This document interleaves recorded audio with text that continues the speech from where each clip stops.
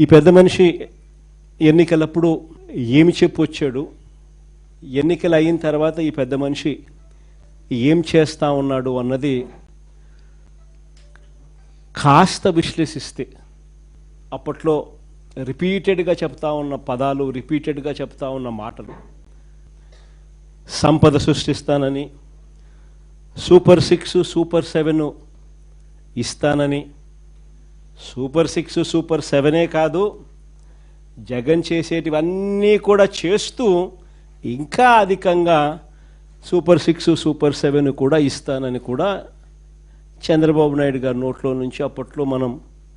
రిపీటెడ్గా ప్రతి మీటింగ్లోనూ రిపీటెడ్గా ఆయన ఎక్కడికి వెళ్ళినా కూడా రిపీటెడ్గా మనకు ఎప్పుడు కూడా వినిపించేటివి. మరోవైపు చూస్తే సూపర్ 6 సూపర్ 7 ఇస్తాను అని చెప్పిన ఈ పెద్ద మనిషి వాటికైతే దేవుడెరుగు, మన ప్రభుత్వంలో అంతవరకు ఉన్న స్కీములన్నీ కూడా పూర్తిగా రద్దయిపోయి సూపర్ 6 సూపర్ 7 గాలికి ఎగిరిపోయిన పరిస్థితులు రాష్ట్రంలో ప్రస్ఫుటంగా కనిపిస్తూ ఉన్న పరిస్థితులు ఈరోజు.